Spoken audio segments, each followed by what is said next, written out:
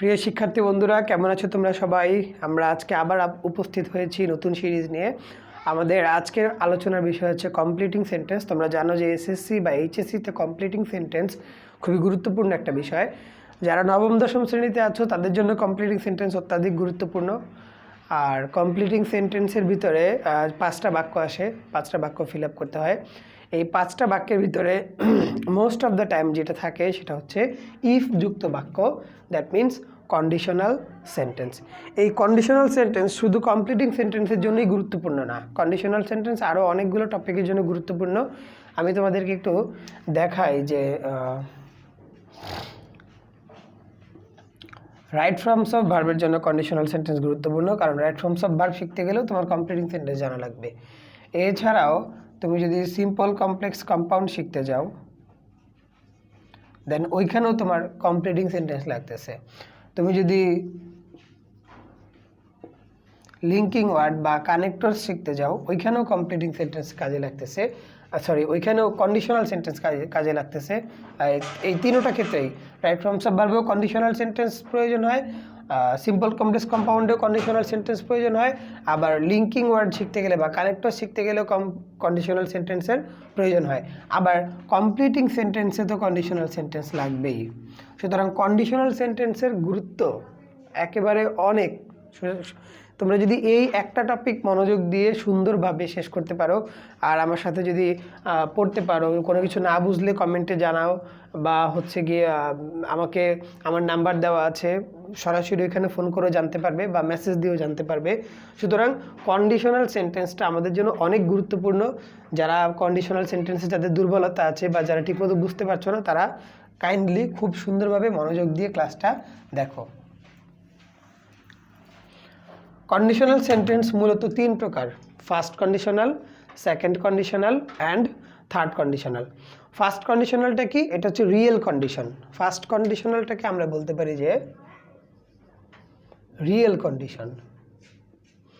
Real condition কি? Real condition হচ্ছে বাস্তব শর্ত। যেমন এইখানে আমি যে বাক্যটা দেখছি, ইফ আই হ্যাভ মানি, যদি আমার টাকা থাকে, আই উইল বাই আ কার, আমি একটি গাড়ি কিনবো। তাহলে এটা একটা বাস্তব জিনিস হলো, যদি আমার টাকা থাকে তাহলে আমি গাড়ি কিনবো। এরপরে আরেকটা বাক্য আমরা দেখি, ইফ ইট স্টপস রেইনিং, যদি বৃষ্টি থেমে যায়, ইউ ক্যান গো আউটসাইড, তুমি বাহিরে যেতে পারো। এটাও একটা বাস্তব শর্ত হয়। You must get A plus, তুমি অবশ্যই এ প্লাস পাবে, ইফ ইউ স্টাডি হার্ড, যদি তুমি কঠোর পরিশ্রম করো বা ভালোভাবে লেখাপড়া করো। সুতরাং এই 3টা বাক্য থেকে আমরা ফার্স্ট কন্ডিশনালের একটা ধারণা পাই। আমরা যদি ফার্স্ট কন্ডিশনালের সূত্রটা লেখার চেষ্টা করি এই 3টা বাক্য থেকে, সেটা কি আসে দেখো, যে একটু ইফ প্লাস প্রেজেন্ট, এটা হচ্ছে সিম্পল প্রেজেন্ট। দেখো এখানে সবগুলোতে ইফের পরে প্রেজেন্ট টেন্স আছে, I have, it stops, you must, বা সরি এই যে এই অংশটুকু, ইফ ইউ স্টাডি হার্ড, তার মানে ইফের পরে কি থাকবে? Simple present tense. এরপরে কমার পরে যে অংশটা থাকবে সেটা হচ্ছে যে তোমার সাবজেক্ট প্লাস, এখানে তুমি কি লিখতে পারো, আর shall, will, may, can, must, এই 3টার যে কোনো একটা মডেল অক্সিলারি লিখতে পারো। এরপরে ভার্বের প্রেজেন্ট ফর্ম, আমরা যেটাকে V1 বলি, দেন এরপরে অবজেক্ট বা এক্সটেনশন। তাহলে ফার্স্ট কন্ডিশনালের সূত্রটা আমরা কি পাচ্ছি? আবার একটু মনোযোগ দিয়ে মিলিয়ে নাও। If plus simple present, then comma, then subject, এরপরে শ্যাল অথবা উইল অথবা মে অথবা ক্যান অথবা মাস্ট। এটা তোমার অর্থের উপর ডিপেন্ড করে বসবে, স্ট্রাকচারাল কোনো সমস্যা নেই। স্ট্রাকচার যে কোনো একটা দিলে স্ট্রাকচার মিলবে, বাট অর্থের উপর ডিপেন্ড করে তুমি কি বোঝাতে চাচ্ছ সেই অর্থের উপর ডিপেন্ড করে এগুলো যে কোনো একটা বসবে। দেন হচ্ছে ভার্বের প্রেজেন্ট ফর্ম অ্যান্ড দেন হচ্ছে অবজেক্ট। এরপরে চলে আসো, আমরা যাই সেকেন্ড কন্ডিশনাল। সেকেন্ড কন্ডিশনালটা হচ্ছে আনরিয়েল।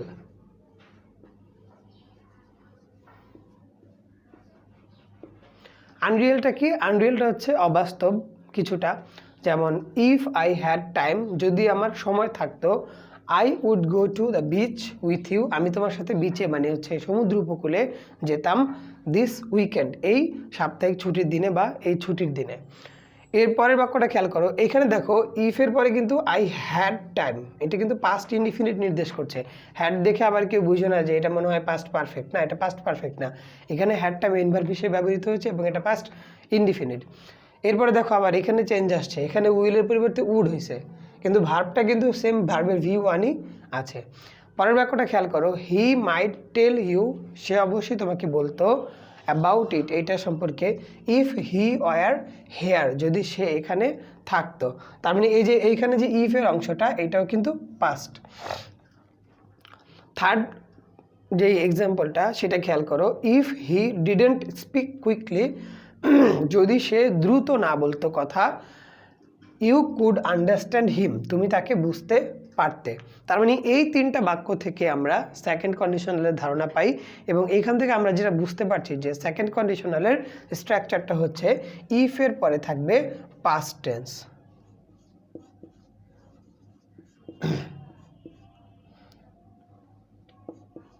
ইফের পরে থাকতেছে সিম্পল পাস্ট, সিম্পল পাস্টের পরে কি থাকবে সাবজেক্ট, সাবজেক্টের পরে দেখো এখানে কি আছে উড, তারপরে মাইট, তারপরে আছে কুড, তার মানে এই যে shall will may can must এগুলো আমার থাকছে না, এগুলোর পরিবর্তে কি থাকছে, এগুলোর পরিবর্তে থাকছে শুড, উড, কুড, মাইট। এরপরে যথারীতি ভার্বের V1 মানে ভার্বের প্রেজেন্ট ফর্ম থাকছে এবং হচ্ছে অবজেক্ট থাকছে বা এক্সটেনশন থাকছে। তোমরা একটা জিনিস সবাই জানো যে কন্ডিশনাল সেন্টেন্স হোক বা অন্য যে কোনো সেন্টেন্স হোক, মডাল অক্সিলারির পরে কিন্তু সব সময় ভার্বের V1 হয়। যেই কোনো বাক্যে যে কোনো প্লেসে মডাল অক্সিলারি যেগুলো আছে can, could, may, might, shall, should, will, would, must, need, dare, যতগুলো মডাল অক্সিলারি আছে সবগুলোর পরে সব সময় ভার্বের প্রেজেন্ট ফর্ম হবে। সুতরাং আমরা তাহলে এবার 3 নম্বর কন্ডিশনাল মানে থার্ড কন্ডিশনালে যেতে পারি। থার্ড কন্ডিশনালটা দেখো এখানে তিনটা উদাহরণ দেওয়া আছে। If I had worked hard, যদি আমি কঠোর পরিশ্রম করতাম, এইখানে ইফের পরে বাক্যটা খেয়াল করো, subject plus had plus V3, that means এটা পাস্ট পার্টিসিপল, যে if I had worked hard, যদি আমি কঠোর পরিশ্রম করতাম, ইন মাই ইয়থ, আমার যৌবনে বা যুবক বয়সে, I would not have suffered, আমাকে ভোগান্তিতে পড়তে হতো না বা আমি ভোগান্তিতে পড়তাম না। সেকেন্ড যে স্টেটমেন্ট সেটা লক্ষ্য করি, we could have written you a letter, আমরা তোমাকে একটা চিঠি লিখতে পারতাম, if we had known that, যদি আমরা জানতাম, এই বাক্যটা খেয়াল করে ইফের পরে ইফ উই হ্যাড নোন, এটাও কিন্তু past perfect, that you were there, যদি আমরা জানতাম যে তুমি ওইখানে আছো তাহলে আমরা তোমাকে একটা চিঠি লিখতে পারতাম। She might have sold the house, সে অবশ্যই বাড়িটা বিক্রি করতো, if she had found the right buyer, যদি সে সঠিক ক্রেতা পেত। তার মানে হচ্ছে এই অংশটুকু যদি আমরা খেয়াল করি যে শি হ্যাড ফাউন্ড, এইটাও পাস্ট পারফেক্ট। তার মানে আমরা এই থার্ড কন্ডিশনাল থেকে বুঝতে পারলাম যে থার্ড কন্ডিশনালের স্ট্রাকচারটা হচ্ছে ইফের পরে পাস্ট পারফেক্ট টেন্স থাকবে, ইফের পরে থাকবে পাস্ট, আচ্ছা আমি একটু সুন্দর করে লিখি এটা,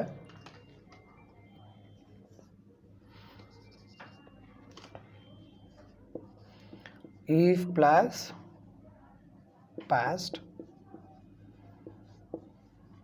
পারফেক্ট দেন হচ্ছে কমা, এরপরে সাবজেক্ট শুড, উড, কুড, মাইট, এরপরে হচ্ছে গিয়ে এইখানে একটু ব্যতিক্রম আছে, সেটা হচ্ছে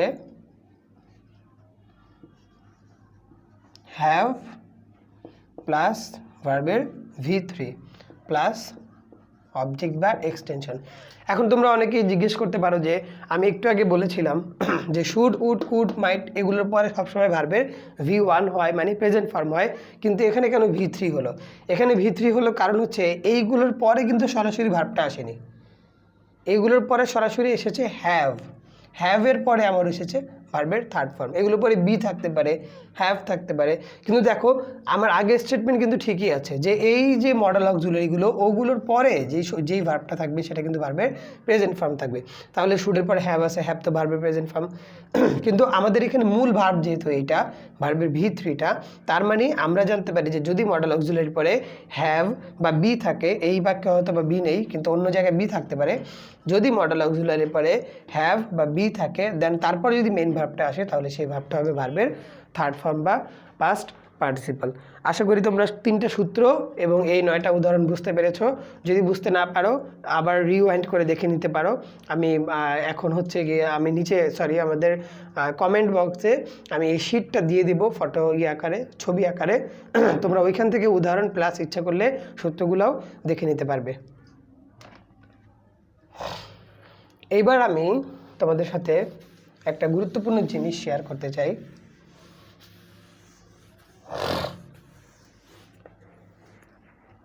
সেটা হচ্ছে যে ইফ ছাড়া কন্ডিশনাল সেন্টেন্স হয় কি না।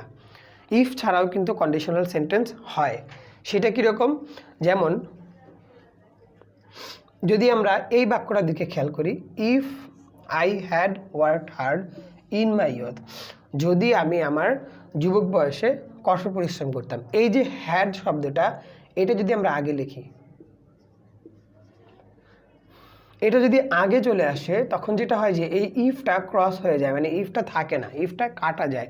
কাটা গেলে কী হবে, হ্যাডটা যেহেতু আগে চলে আসছে দেন ইফটা বাদ হয়ে গেছে, তারপরে এখানে সাবজেক্ট থেকে যাচ্ছে আই, হ্যাড আই। এরপরে ওয়ার্কড হার্ড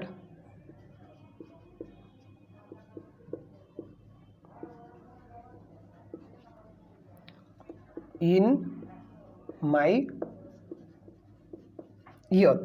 তার মানে বোঝা যাচ্ছে, যেটা আমি বোঝাতে চাইলাম এখানে, যে ইফ ছাড়াও কন্ডিশনাল সেন্টেন্স হতে পারে এবং সেই ক্ষেত্রে যেটা হচ্ছে যে সাবজেক্টের পরে যে ভার্বটা থাকে দ্যাট মিনস হ্যাড, এই হ্যাডটা আগে চলে আসবে। এগুলোকে অনেক সময় বলে যে কন্ডিশনাল উইথ হ্যাড। অনেক বইতে বা কিছু কিছু স্যারদের বইতে এখানে এইভাবে দেওয়া আছে যে কন্ডিশনাল উইথ হ্যাড, বাট আমি বলবো যে কন্ডিশনাল উইথ হ্যাড বা যেভাবেই তুমি বলো, হ্যাডটা যদি আগে চলে আসে তাহলে ইফটা বাদ যাবে, দেন এখানে সাবজেক্টটা থাকবে। এখন তুমি যদি এই বাক্যটা দেখো তাহলে তুমি এটাকে কি ভাববে, এটা কোন কন্ডিশনাল? এটা কি ফার্স্ট কন্ডিশনাল, সেকেন্ড কন্ডিশনাল নাকি থার্ড কন্ডিশনাল? বিষয়টা একটু বোঝার চেষ্টা করো। যদি আমি হ্যাডটাকে সাবজেক্টের পরে নিয়ে যাই তাহলে এটা কোন টেন্স হয়ে যাচ্ছে? সাবজেক্ট প্লাস হ্যাড প্লাস ভার্বে V3 প্লাস এক্সটেনশন, তার মানে এটা হচ্ছে পাস্ট পারফেক্ট। তাহলে পাস্ট পারফেক্ট থাকতেছে আমাদের কোন কন্ডিশনালে? পাস্ট পারফেক্ট থাকতেছে আমাদের থার্ড কন্ডিশনালে। দ্যাট মিনস ইফ না থাকলেও বা হ্যাডটা আগে থাকলেও তুমি বুঝতে পারতেছো যে এটা কোন কন্ডিশনাল। সেই অনুযায়ী বা সেই স্ট্রাকচার অনুযায়ী তোমার পরবর্তী অংশটুকু বসবে। পরবর্তী অংশটুকুর সূত্র কি? Subject plus should, could, would, might plus have plus V3 plus object বা এক্সটেনশন। সেকেন্ড কন্ডিশনালের ক্ষেত্রেও এই ধরনের ঘটনা ঘটতে পারে, তবে সেকেন্ড কন্ডিশনালের ক্ষেত্রে এই ধরনের ঘটনাটা খুব একটা মানে কমন না, রেয়ার। এই জন্য আমি তোমাদেরকে অতটা বেশি করলাম না। যেমন আমি একটা উদাহরণ দেই।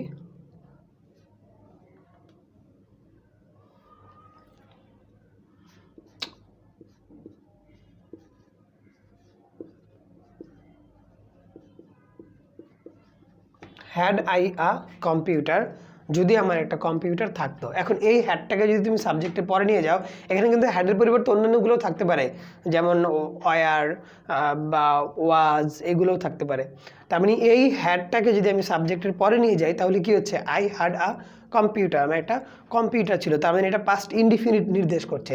যদি পাস্ট ইনডিফিনিট নির্দেশ করে তাহলে আমরা সবাই জানি যে সেটা হচ্ছে সেকেন্ড কন্ডিশনাল। তাহলে সেকেন্ড কন্ডিশনালের সূত্র অনুযায়ী আমরা বাকিটুকু লিখবো। তাহলে হ্যাড আই আ কম্পিউটার, তাহলে যদি আমার একটা কম্পিউটার থাকতো তাহলে আমি কি করতাম? আই উড প্লে গেম, আমি গেম খেলতাম, বা তুমি অন্য কিছু যা ইচ্ছে তাই দিতে পারো, কিন্তু স্ট্রাকচার ঠিক থাকতে হবে, মানে গঠনটা ঠিক থাকতে হবে। আশা করি আজকের এই কন্ডিশনালের ক্লাস থেকে তুমি অনেক কিছু বুঝতে পেরেছো।